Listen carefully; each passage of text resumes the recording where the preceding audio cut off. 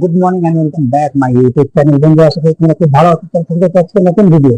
তো আজকে নতুন ভিডিও তোমাদের সাথে যেটা নিয়ে আলোচনা করবো সেটা হচ্ছে নর্মাল ফ্রেম আর রিমলেস ফ্রেমের মধ্যে কি অ্যাডভান্টেজ এবং ডিসঅ্যাডভান্টেজ সেটা নিয়ে আলোচনা করবো। রিমলেস চশমা কি স্ক্রিনে তোমরা দেখতে পাচ্ছ? রিমলেস চশমা তিনটা পার্টে বিভক্ত, দুটো গ্লাস, দুটো হ্যান্ডেল আর একটা বিট।